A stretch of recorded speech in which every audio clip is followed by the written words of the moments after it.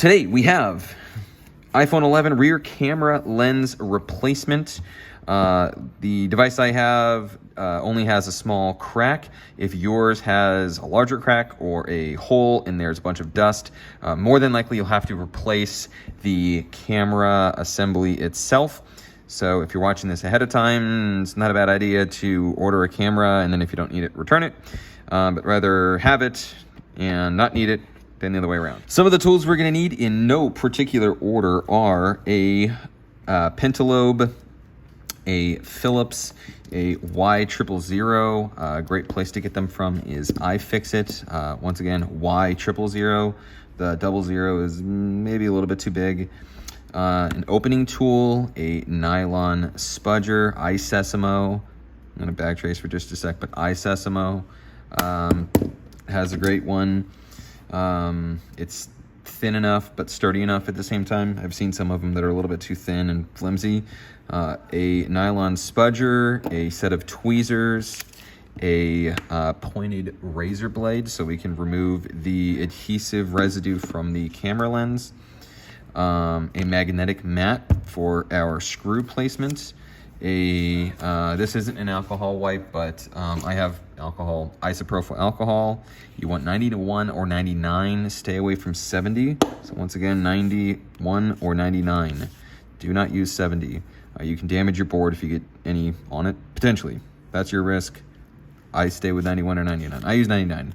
But I have a wipe here for when I clean up the adhesive. I remove all the old perimeter gasket, and then I use this to clean it up. That way the new one fits on perfectly. And then a Q-tip, also a heat gun for pulling up the screen without cracking it, as more than likely you and I will have to reuse the screen that we have. So, and a new perimeter gasket is also not a bad idea. I'd get more than one of these, as they have a tendency to, well, if you don't install one right the first time and then you go to peel it up, sometimes they don't come off all that easy, and it's better to have an extra. They're not all that expensive. If you have the option of, I get my lenses from Mobile Centrics, and I've seen this in quite a couple of different vendors, but they have basically the option for a standard or standard lens or a premium. And the premium, at least what they say, is that it is sapphire crystal, which is obviously significantly harder, less likely to scratch, and there is a very, very minimal difference. I mean, for me, it's not that much. I also buy these in bulk. But even for you, I don't think it would be that much. I would highly suggest just invest a few extra bucks, get the Sapphire. There are two different lens sizes, but I'd be amazed if they're typically sold as a pair. And then make sure to get the ones with the adhesive. So you can see this yellow tape right here, or this, not tape, but this yellow paper right here. You have these adhesives, so make sure to get one with the adhesive. And with that, let's get started. So pretty much every repair starts with removing the Pentalobes. I already have. They're in my car somewhere. And then from there, you can heat up approximately the bottom half or the bottom third. You can use a like one of those heat guns for paint stripping. Don't go too crazy on it, because you can accidentally damage your LCD. It should be warm to the touch, but not too warm.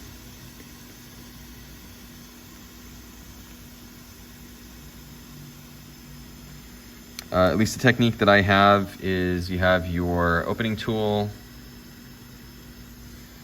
and you want to sort of gently, I've already removed mine, I've already pulled off this screen, so this is going to look a little bit easy, so I apologize.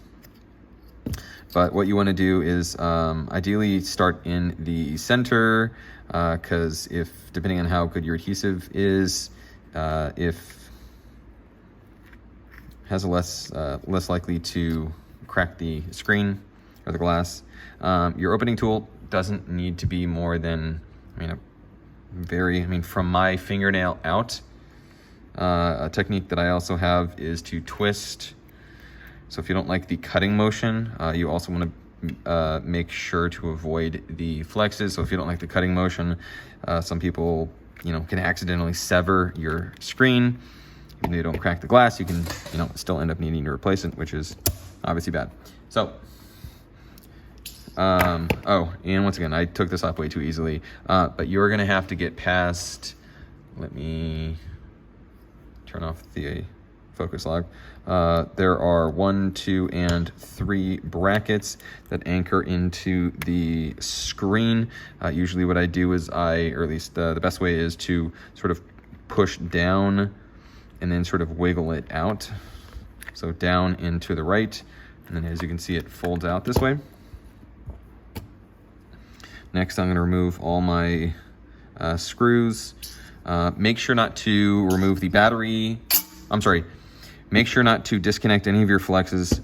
You wanna make sure that your battery is disconnected before you do that. So I've seen quite a few different channels, but not everyone will mention the battery disconnect, just because your phone still has electricity running through it even if your phone is off. So you always want to make sure that you disconnect the battery first before you start disconnecting anything else.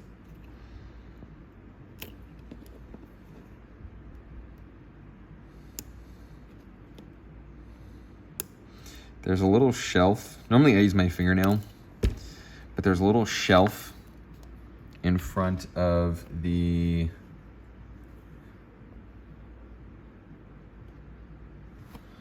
try to get this on camera. This is actually pretty useful, but there's a little shelf.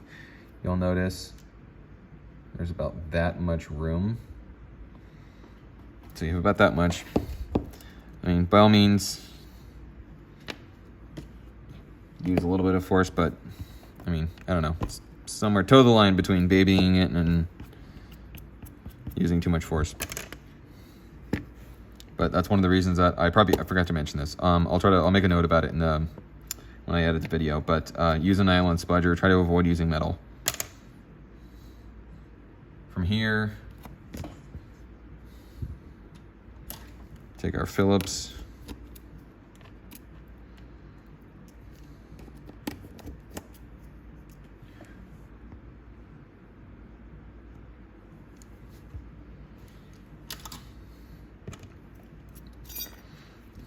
Remove our plate.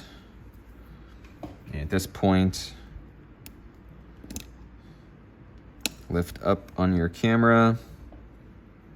Once again, these flexes have a nice little shelf, but really I'm hardly lifting up. I'm almost just wedging my spudger in between the flex, and then it pops right out. Depending on how long this takes you, you might want to take your camera and put it in a little plastic baggie, but don't leave it face up, leave it face down, just obviously on something sanitary because you don't want the camera lens itself to get dusty. Once we're here, we can proceed with removing the camera lens itself. So as you can see, my camera lens is all scratched up. Honestly, I think it's been replaced before.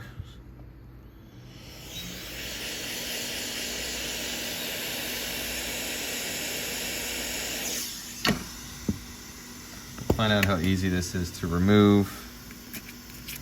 Yeah, this is more than likely been replaced.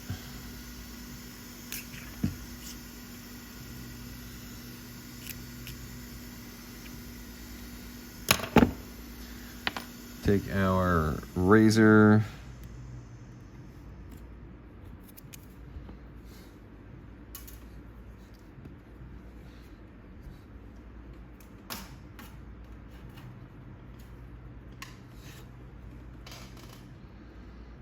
Now let's see.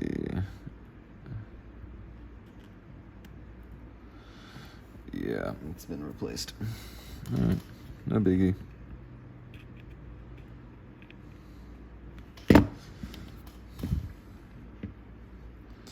So you can see the, even though I peeled off the double-sided tape, you can still see that there's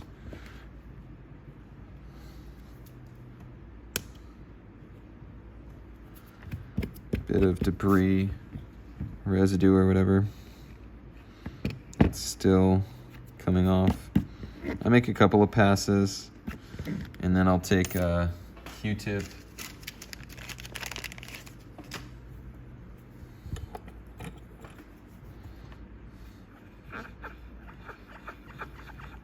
I prefer to use, honestly, I might just remake the, I'm probably going to remake the intro, because the first one that I made, I forgot to add some of this stuff. Mainly Q-tips, isopropyl alcohol.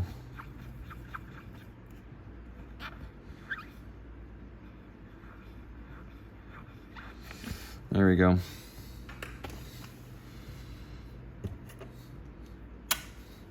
Put my razor away.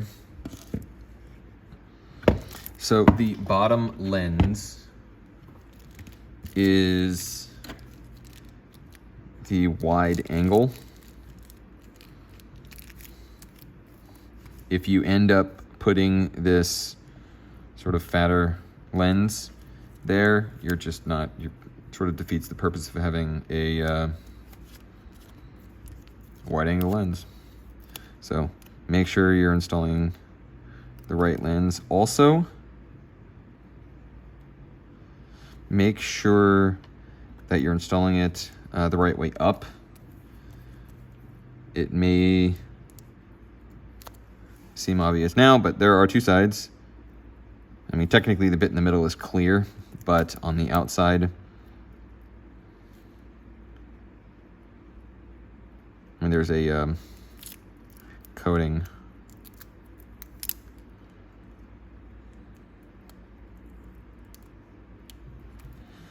So here is, let me try to get this in the light so you can see, but you'll see this is the dull side, and that is the shiny side. So shiny side up.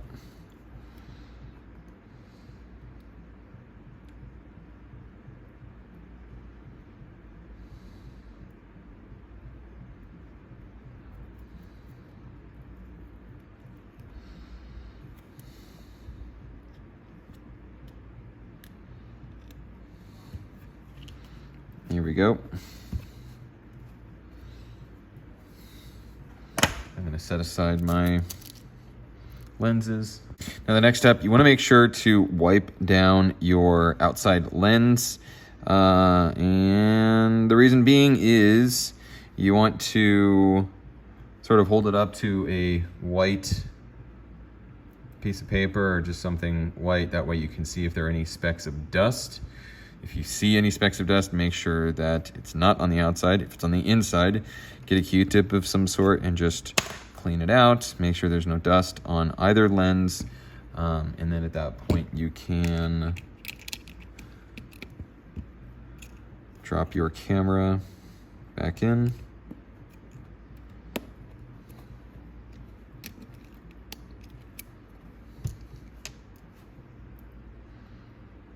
And begin the reinstall process.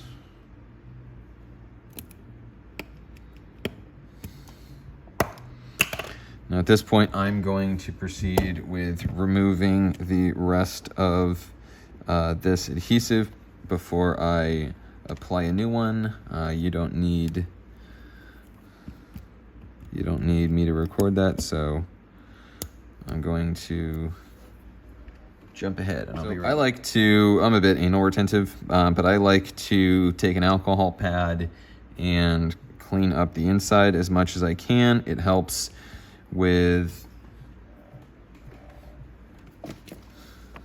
giving the best, that way you have a clean surface for us to apply our new gasket. So full disclosure, I'm sometimes asked this in some of my different videos. But your phone is not water resistant. Do not think it is water resistant. This gasket does one of a couple of things. Number one, it keeps the screen, the plastic housing, from clicking up against the frame when you're using it.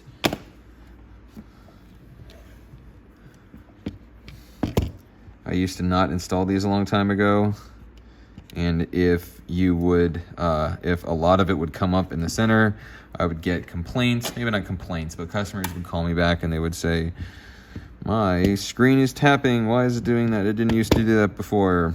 So now, whenever, like, probably more than 80% of the gasket is removed, I will install a new one. Or the other one, which is why I did it here, is if the majority of it is missing up top, because its second function is keeping dust out.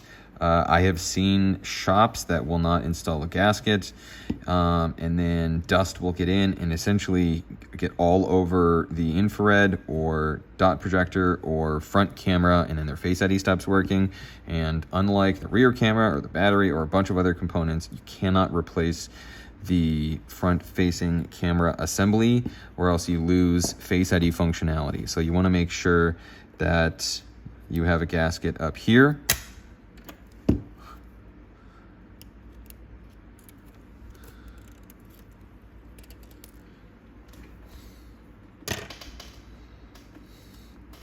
Once again, make sure your battery is disconnected.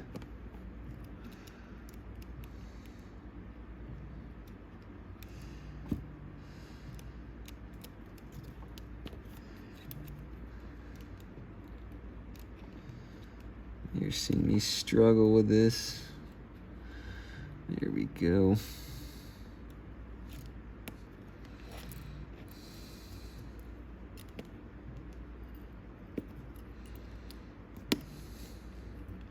So while I'm doing this, I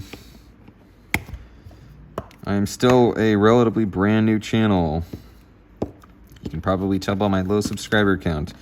If you get anything out of this video, it would greatly help me out if you smash the like button or click it, your choice. Also, if you have any questions, anything you feel that I didn't cover, by all means, please feel free to leave a message down below. I do respond to them as my schedule permits. So at this point, we can test our camera and our portrait camera, which both work. So we can proceed with installing the rest of our retaining plates. But you don't need me for that, so I'll be right back. So once we get here, your plates are back in, your screws are back in. Before we go just installing, seating our screen, you want to make sure that the front camera assembly, specifically this little guy right here, is seated. It has a tendency when you remove it to sort of pop out of place, and sometimes it'll sit on top and it looks like it's in place, but it's really not. It's sitting maybe a millimeter or so high. And then I found this out on the XR, and the 11 basically works the same way. And when you go to seat the screen, it'll sit up on the upper left corner, and then you push down, you damage the display, you crack the display, and then all of a sudden you're replacing a screen that you didn't need to. So make sure that your camera assembly is seated properly. Essentially, the sort of top of this little stainless steel should sit right below where the bezel sits. So I don't know if you can tell there. You'll notice that this sort of almost like tabletop sits right below. That's what you're looking for. Once that's done, the easy way that you can tell if you've done that is if the screen sits flush, you've done your job. Also, one more thing, make sure that you don't have any screws that accidentally stuck to your perimeter gasket, or to the Taptic engine, or to your loudspeaker. I've already done that, so I can proceed with closing my phone. I need to go get my Pentalobes screws from my car, so I'm going to do that and I'll be right back. So once again, if you liked the video, please make sure to give me a like. If you like the content, I know some of my videos are a little bit long-winded, and I tend to go off in the weeds quite a bit, and my ADD, and I tend to not always stray or stay on topic. I try to make these as detailed as possible so that even the novice DIYer can take on these jobs, because there are tons of things that Apple will tell you aren't doable that totally are, and it's really unfortunate. And way too many people sort of fall into the trap of the Genius Bar saying that you have to replace the entire phone, which is just not true.